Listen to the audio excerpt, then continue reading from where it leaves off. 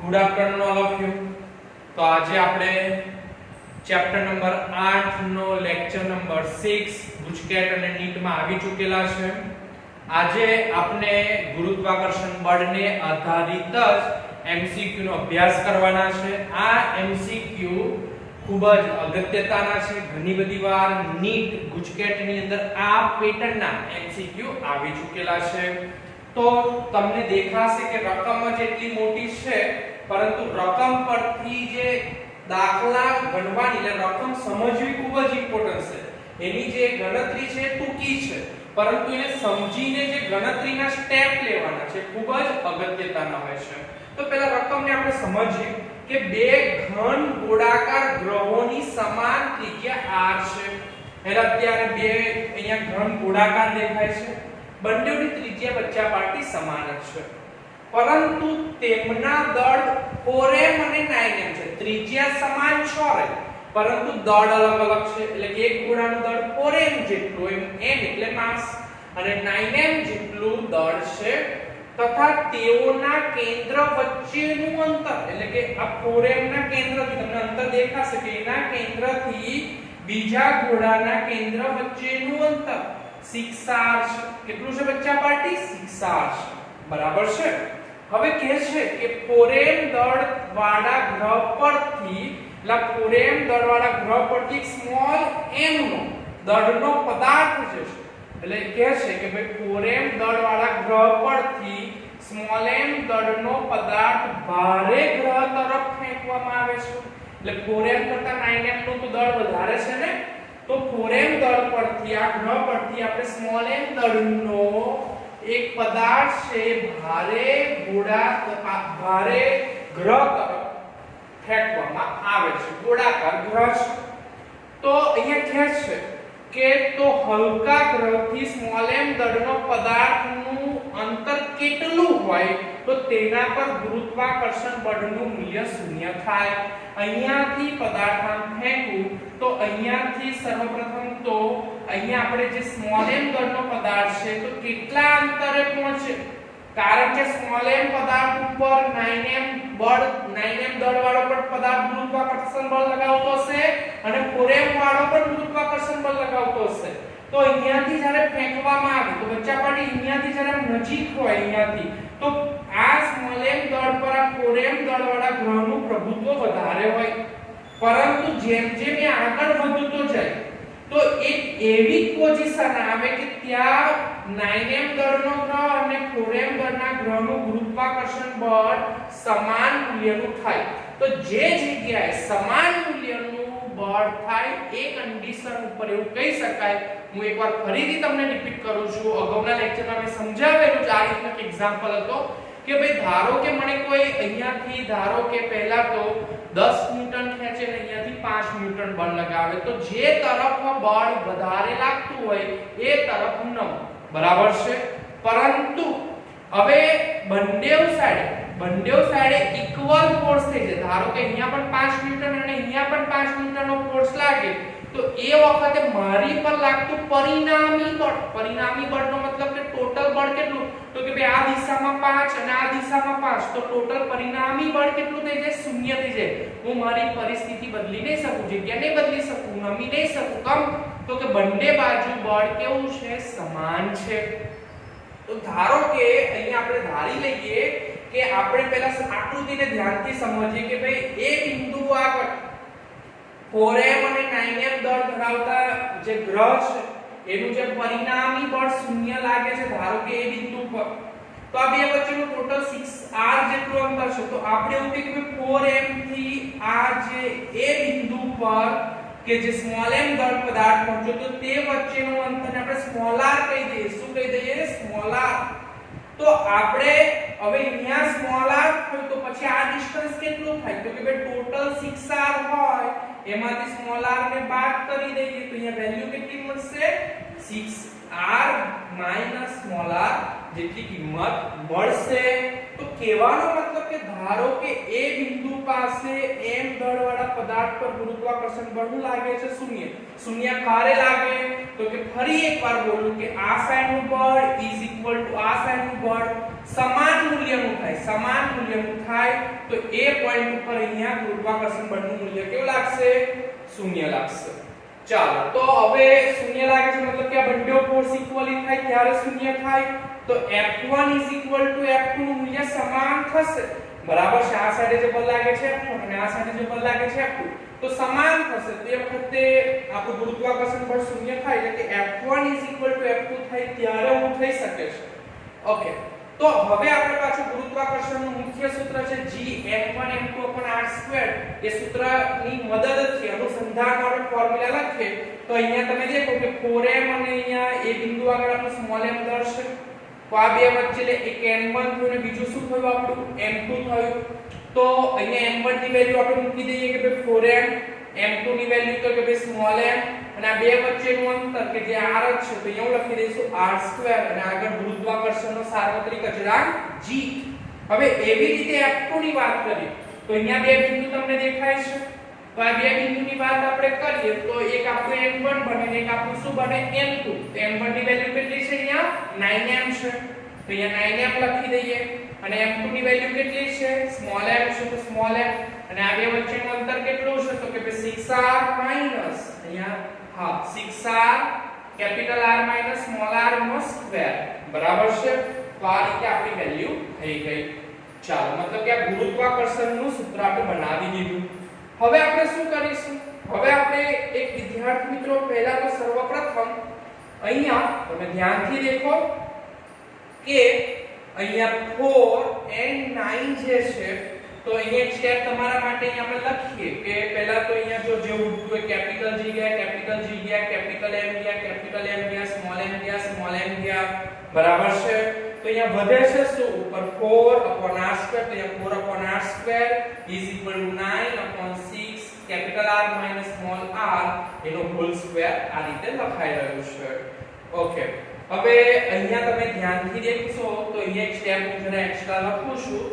તો અહીંયા તમે દેખી શકો છો કે અહીંયા 4/r2 9/6r minus capital R2 છે.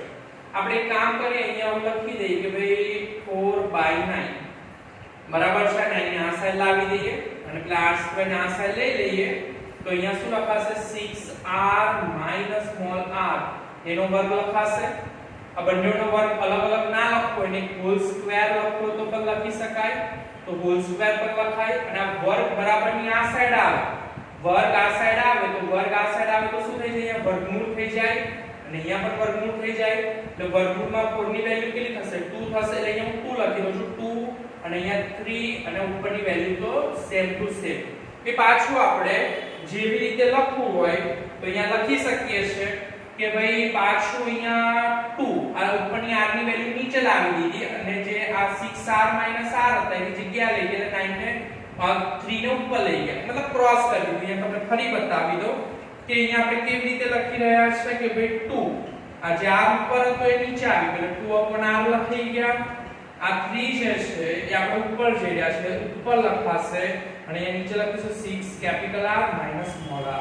બરાબર છે. બરાબર. તો આ સ્ટેપ પરથી આ સ્ટેપ આવ્યું છે. થોડું સીધું લખ્યું એટલે થોડું ધ્યાન રાખવાનું. હવે આપણે શું થશે? ક્રોસ મલ્ટીપ્લિકેશન થશે. તો 6 દુ 12 માઈનસ 2r ક્રોસ મલ્ટીપ્લિકેશન અને r ને બરાબરની સાઈડ r લઈ જાય તો 3r લખાશે. ઓકે. તો અહીંયા 12r તો લખાયા minus 2r equal to PD side જાય તો પ્લસ 2r થશે ને 3r પ્લસ માઈનસ ના પ્લસ થઈ ગયું એટલે પ્લસ 2r એટલે કેટલા થશે? 5r થશે. અહીંયા આપણને કહે છે કે કેટલા અંતર એટલે કે આપણને કેટલા અંતરે ગુરુત્વાકર્ષણ બળનું મૂલ્ય શૂન્ય એટલે મતલબ કે r ની વેલ્યુ શોધવાની છે આપણે. તો r ને સૂત્રનો કરતા બનાવી દે તો 5 ગુણાકારના સંબંધમાં છે તો ક્યાં જતા રહે? ભાગાકારમાં જતા રહે. તો 12/5 કેપિટલ R લખાશે. આ બેનો ભાગાકાર કરશો તો તમને જવાબ મળશે 2.4r જેટલા અંતરે. કેટલા અંતરે? 2.4r જેટલા અંતરે આપણું ગુરુત્વાકર્ષણ બળ શૂન્ય થતું હોય છે. તો આપણો MCQ નંબર 1 હતો. ચાલો હવે આપણે આગળ વધીશું MCQ નંબર 2 પર.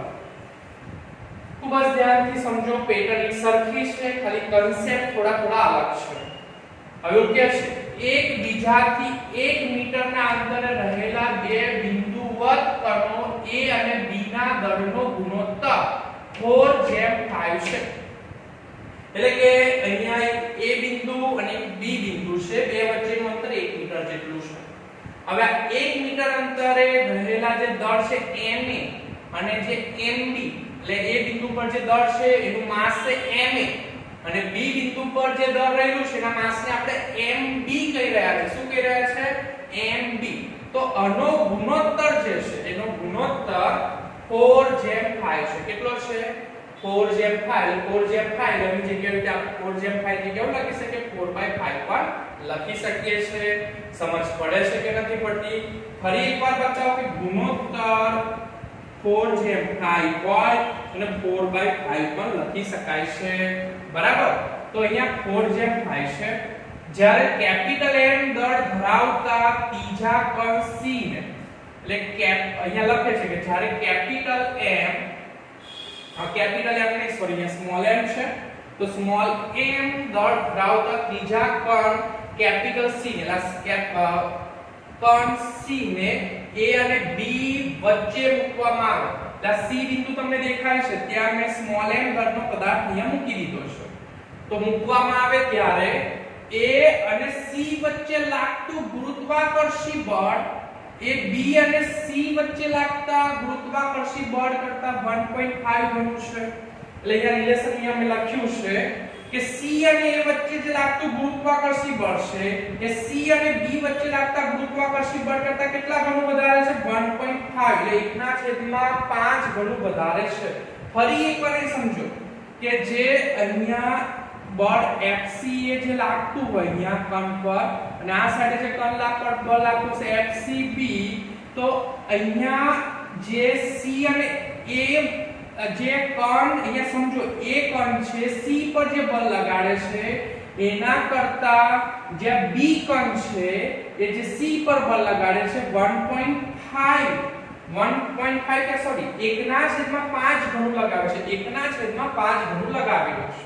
તો કણ C નું કણ A થી અંતર કેટલું? કણ C નું A થી અંતર કેટલું? એટલે મતલબ કે x ની વેલ્યુ આપણે અહીંયા ફાઇન્ડ કરવાની છે. ચાલો તો પહેલા તો ગુરુત્વાકર્ષણનો સામાન્ય નિયમ લગાવીએ. તો અહીંયા પહેલા તો આ બે કણોની વાત કરી લઈએ. તો આ બે કણો વચ્ચે લાગતું ગુરુત્વાકર્ષણ બળ FCA મેન સૂત્ર G m1m2/r². તો અહીંયા m1 નું મૂલ્ય છે ma અને m2 નું મૂલ્ય છે સ્મોલ m અને બે વચ્ચેનું અંતર r ની જગ્યાએ આપણે અહીંયા x લખેલું છે, તો અહીંયા x નો સ્ક્વેર લખાઈ જશે. પડે છે સમજ? ચાલો એવી રીતે આપણે અહીંયા દેખીએ કે C અને B બિંદુ વચ્ચે જે બળ લાગે છે FCB લાગે છે. તો MB આપણું m1, સ્મોલ m એ આપણું m2 બનશે. તો અહીંયા લખીએ કે ભાઈ G MB ની જગ્યાએ લખી રહ્યા છે m1, સ્મોલ m ની જગ્યાએ લખી રહ્યા છે કે m2 અને બે વચ્ચેનું અંતર 1 - x². તો 1 - x² લખી રહ્યા છે. મતલબ કે r² અને આ r ની જગ્યાએ અંતરની જગ્યાએ અહીંયા વેલ્યુ કઈ છે? 1 - x આખાનો વર્ગ. ઓકે, તો અહીંયા વેલ્યુ મૂકી ગઈ. ચાલો એટલે મેન સૂત્ર પરથી જ આ સૂત્ર બનાવેલું છે. જે અંતર હોય એ નામ લખો. અહીંયા x અંતર છે તો x² લખીશું.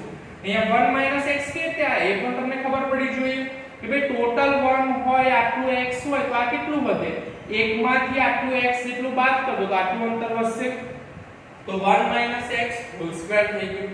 વિદ્યાર્થી મિત્રો હવે ખૂબ જ ધ્યાનથી સ્ટેપ દેખીશું કે આપણાને અહીંયા કીધું અહીંયા એવું કહે છે અહીંયા જરા 1/5 હા કે ભાઈ FCA = 1/5 into FCB. ઓકે, તો ચાલો આપણે FCA ની વેલ્યુ મૂકી દઈએ GMAM x² બરાબર છે 1/5. તો જેવા તેવા ને એવા જ રાખીએ છે. FCB ની વેલ્યુ ઉપરથી નીચે મૂકી દઈએ MB small m upon 1 - x² બરાબર છે. આ બંને સાઈડે જે ઉડતું ઉડાવી દે એટલે કે G ગયા અહીંયા પછી તમે દેખી શકો છો હા સ્મોલ m કેન્સલ આઉટ થયા. તો અહીંયા MA ને MB અને x² 1/5 1 - x² હોલ સ્ક્વેર. તો આપણે એક કામ કરીએ m વાળા પદ છે અને એક સાઈડે કરી દઈએ. તો MB આ સાઈડે છે ગુણાકારના સંબંધમાં છે તો આ સાઈડ આવતો કયા સંબંધમાં થઈ જાય? ભાગાકારમાં જશે. આ x² અહીંયા ભાગાકારમાં છે બરાબર ની આ સાઈડ જાય તો કયા સંબંધમાં થઈ જશે? ગુણાકારના સંબંધમાં. તો અહીંયા MA ના છેદમાં MB = 1/5 એ તો એની જગ્યા છે પણ આ જે ભાગાકારમાં છે ઉપર ગયેલા x² બ્રેકેટમાં અહીંયા 1 x હોલ સ્ક્વેર થઈ જશે. તમને સાથે સાથે ઉપર કીધું અહીંયા કે ભાઈ એ બિંદુ પર આવેલું કણ અને બી બિંદુ પર આવેલું કણનો ગુણોત્તર 4:5 છે. એટલે 4:5 નો મતલબ કે 4/5 છે. એટલે ma/mb બરાબર 4/5. તો જે જગ્યાએ આપણને ma/mb દેખાશે એની જગ્યાએ આપણે શું લખી શકીએ છીએ? ma/mb દેખાય એની જગ્યાએ લખી શકીએ છીએ 4/5. યસ કે નો? હા, લખી શકાય ને. તો 4/5 1/5 x અને આ બંનેનો વર્ગ અલગ અલગ છે એનો હોલ સ્ક્વેર કરી દઈએ તો હોલ સ્ક્વેર લખાશે અને આ તો આપણું એક્સ્ટ્રા વાત હતી એટલે એને તો કેન્સલ આઉટ કરીશું. હવે ખૂબ જ ધ્યાનથી દેખો તમે કે પહેલા તો અહીંયા 5 કેન્સલ આઉટ થઈ જશે. હવે આ સ્ક્વેર આ સાઈડ આવશે એટલે અહીંયા તમને ખબર પડે કે સ્ક્વેર આ સાઈડ આવે એટલે અહીંયા વર્ગમૂળ થઈ જાય અને વર્ગમૂળમાં 4 ની વેલ્યુ કેટલી વધશે? તો કે ભાઈ વર્ગમૂળમાં 4 ની વેલ્યુ વધે 2. તો અહીંયા લખાઈ ગયા 2. ચાલો ક્રોસ મલ્ટીપ્લિકેશન કરીએ તો 1 x આ સાઈડ મલ્ટીપ્લાય કરે એટલે શું લખાશે? 1 * 2 2 x નું મલ્ટીપ્લિકેશન 2 સાથે થાય તો માઈનસ તો વચ્ચે છે એના એ જ રહેશે પણ 2 × x x લખાશે. હવે અહીંયા દેખો કે -2x ની પેલી સાઈડ જાય તો +2x થશે એટલે 3x થશે એટલે 2 થશે. અહીંયા આપણે x ને સૂત્રનો કરતા બનાવી દઈએ તો 3 નીચે જશે ભાગાકારમાં x ને સૂત્રનો કરતા બનાવી દઈએ તો સોરી અહીંયા લખવામાં મિસ્ટેક છે પણ અહીંયા શું લખાશે 2/3 મીટર. શું જવાબ આવશે? 2/3 મીટર વેલ્યુ આવી જશે. તો વિદ્યાર્થી મિત્રો આ રીતે આપણો અહીંયા ફરી એકવાર સમજો. અહીંયા -2x છે બરાબરની પેલી સાઈડ કે એટલે 3x થયા. આપણે અહીંયા x ની વેલ્યુ શોધી દીધી x ને સૂત્રનો કરતા બનાવ્યો તો 2/3 મીટર જવાબ આવી ગયો. તો આજે આપણે બે એક્ઝામ્પલ દેખ્યા પરંતુ ખૂબ જ વેરી મોસ્ટ આઈએમપી પેટર્ન હતી. તો આ પેટર્ન પ્રમાણે ઘણી બધી વાર ગુજકેટ અને નીટની અંદર એમસીક્યુ પૂછાતા છે. તમે દેખો કે બંનેમાં પેટર્ન ઇક્વલ હતી અને અહીંયા ગુણોત્તર આપી દીધું. રકમ એટલી મોટી હતી કે આપણે વાસ્તવના જે મેઈન સ્ટેપ બનાવવા એ પણ ખૂબ અગત્યના હતા. તો આ રીતે આજનો વિડિયો લેક્ચર પૂરો થાય છે. જય હિન્દ, જય ભારત, નમસ્કાર.